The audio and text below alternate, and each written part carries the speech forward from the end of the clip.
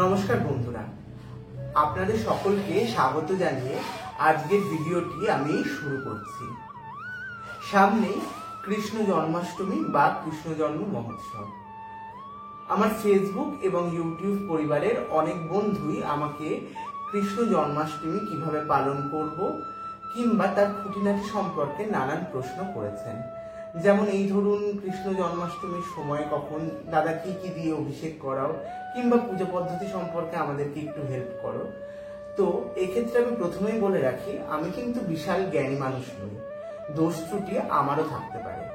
তাই প্রথমেই আমি আপনাদের কাছে মার্জনা চেয়ে নিচ্ছি।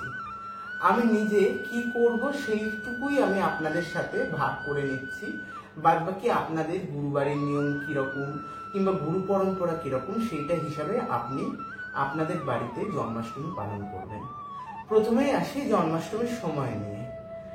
বিশুদ্ধ সিদ্ধান্ত অনুযায়ী জন্মাষ্টমী পড়েছে 26শে আগস্ট। ওই দিন সূর্যোদয় হচ্ছে সকালবেলা 5:20 আর অষ্টমী শুরু হচ্ছে ভোর রাত্রি 3:41 থেকে, আর অষ্টমী শেষ হচ্ছে 2:21 27শে আগস্টে। তো এক্ষেত্রে আমরা প্রথমে বলে রাখি, শুধু অষ্টমী দেখলে জন্মাষ্টমী হয় না। জন্মাষ্টমীতে আমাদের দেখতে হবে রোহিণী নক্ষত্রযুক্ত অষ্টমী তিথি। তো আমরা কি দেখছি, বিশুদ্ধ সিদ্ধান্ত অনুযায়ী রোহিণী নক্ষত্র পড়ছে ওই দিনকে বিকাল বেলা 3:57 থেকে 27শে আগস্ট বিকাল বেলা 3:39 অব্দি। যেহেতু 26শে আগস্ট রাত্রি পাচ্ছে, সেহেতু 26শে আগস্টে আমরা জন্মাষ্টমী পালন করব। 27শে আগস্ট পালন করব নন্দোৎসব। তারপর এরপরে আসি অভিষেকের ব্যাপারে। অভিষেকের ক্ষেত্রে যার গুরুবাড়িতে যেরকম নিয়ম আছে সে সেই নিয়ম হিসাবেই অভিষেক করাবেন। যার যেরকম সামর্থ্য সেই হিসাবেই দেবতার অভিষেক করাবেন। আমি পুরোহিত দর্পণের নিয়ম ফলো করি নিলে, তো পুরোহিত দর্পণের নিয়ম হিসাবে দেবতাকে শুদ্ধ জল, শঙ্খ জল, মুসুর চূর্ণ, শোধিত পঞ্চগব্য, পঞ্চামৃত, ঘট চতুষ্টয়, ডাবের জল, ইক্ষুরস, গঙ্গা জল এইসব দিয়ে স্নানের নিয়ম রয়েছে।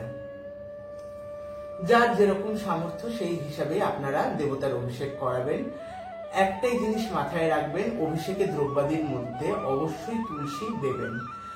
তুলসী দ্বারা নিবেদিত বস্তুই আমরা ভগবানের উদ্দেশ্যে দান করব। তুলসী ছাড়া কোনো দ্রব্য কিন্তু আমরা ভগবানের উদ্দেশ্যে নিবেদন করব না। এরপরে আসি, অভিষেকের সময় আপনারা দেবতাকে একখানা ভালো পরিষ্কার নতুন কাপড় পরিয়ে অভিষেক করাবেন। অভিষেক হয়ে গেলে তাকে ধুইয়ে মুছিয়ে পরিষ্কার করে তাকে শৃঙ্গারাদি করবেন। শৃঙ্গার করার পর তাকে আসনে বসিয়ে তাকে কাপড় পরাবেন। জন্মাষ্টমীতে আমি সবসময় চেষ্টা করি নতুন কাপড় পরানোর। নতুন কাপড়ের মধ্যে আমি সেই দিনকে সবসময় হলুদ কাপড় পরাই, কারণ না আমরা সকলেই জানি গোবিন্দের হলুদ রং প্রিয়, তিনি পীতাম্বরধারী। তাই আপনারাও চেষ্টা করবেন ওই দিনকে হলুদ কাপড় পরানোর। যাদের কাপড় কেনা হয়ে গেছে তারা তো কিছু করতে পারবেন না, তারা তাদের কেনা কাপড়ই এবছরের মতন ভগবানকে পরান। আর যাদের কাপড় কেনা হয়নি, আমি বলবো তারা অবশ্যই হলুদ কাপড় কিনে ভগবানকে পরানোর চেষ্টা করবেন।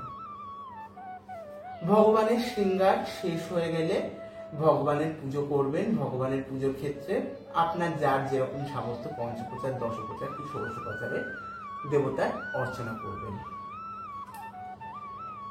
এক্ষেত্রে আমার বক্তব্য রয়েছে, সে বক্তব্যটা হলো, আপনার হয়তো প্রচুর সামর্থ্য আছে, আপনি প্রচুর ভগবানের উদ্দেশ্যে নিবেদন করছেন, কিন্তু আপনার অন্তরে ভক্তির অভাব। সেই নিবেদিত বস্তু কিন্তু ভগবান গ্রহণ করবেন না। কিন্তু আপনার অন্তরে ভক্তি রয়েছে, সেই ভক্তিতে আপনার যেরকম সামর্থ্য সেইটুকু জিনিস যদি আপনি ভগবানকে নিবেদন করেন, তাহলে ভগবান তা গ্রহণ করবেন। এই ক্ষেত্রে আরেকটা জিনিস আমরা বলে রাখি, ব্রজবাসীদের সেবা ভাব কিন্তু আলাদা। ব্রজে যা যা প্রযোজ্য তাই কিন্তু আমাদের ক্ষেত্রে খাটে না। ব্রজে তারা দেবতাকে ঘরের ছেলে হিসাবে দেখে, তাদের লালা হিসাবে দেখে। তাই তাদের সেবার সাথে আমাদের সেবা গোলালে চলবে না। আমাদের মধ্যে অনেককেই আমি দেখেছি হয়তো বৃষ্টিতে ভিজতে ইচ্ছা করছে, গোপালকে করে নিয়ে ছাদের উপর চলে গেল বৃষ্টিতে ভিজতে। কিংবা আমার বেরোতে ইচ্ছা করছে, গোপালকে করে নিয়ে আমি গোপালকে ঘোরাতে বেরোলাম। এই জিনিসগুলো দয়া করে করবেন না, এতে বিগ্রহের সেবা অপরাধ হয়। যদি আপনার কোথাও যাওয়ার থাকে, বাড়িতে সেবা দিয়ে যাওয়ার ব্যবস্থা করুন। আর যদি না পারেন, যেখানে দেবতাকে নিয়ে যাচ্ছেন সেখানে যাতে তার প্রপার সেবাটা হয় সেদিকে সবসময় সজাগ থাকুন। এইবার দেবতার পূজা হয়ে গেলে দেবতাকে ভোগ নিবেদন করবেন। যেহেতু রাতের পুজো জন্মাষ্টমী, তাই জন্মাষ্টমীতে আমি কখনো রাত্রেবেলা অন্নভোগ নিবেদন করি না। আমি ওই দিন তালের ক্ষীর, তালের পাটিসাপটা, তালের বড়া, ফল, মিষ্টি, ননি, মিছরি মাখন এইসব নিবেদন করি। আর ভোগে লুচি, সুজি, ভাজা এইসব নিবেদন করি। আমি অন্ন নিবেদন করি তার পরের দিন, নন্দোৎসবের দিন। ভোগ নিবেদন হয়ে গেলে দেবতার আরতি করবেন। যারা সামর্থ্য তারা দেবতার উদ্দেশ্যে হোম করবেন, সামর্থ্য না থাকলে দেবতার হোম করবেন না। চেষ্টা করবেন দেবতার অভিষেকের সময় বাদ্য বাজিয়ে দেবতার অভিষেক করানোর। খোল, করতাল, নাম সংকীর্তনের মাধ্যমে অনেক জায়গাতেই দেবতার অভিষেক হয়ে থাকে, কিন্তু আমরা জানি সর্ববাদ্যময়ী ঘণ্টা, তাই অন্যান্য বাদ্যযন্ত্রের অভাব ঘটলে অবশ্যই ঘণ্টা বাজিয়ে দেবতার অভিষেক করতে ভুলবেন না। জন্মাষ্টমীর দিন বসুধারা এবং চন্দ্রার্ঘ্য দানের নিয়ম আছে।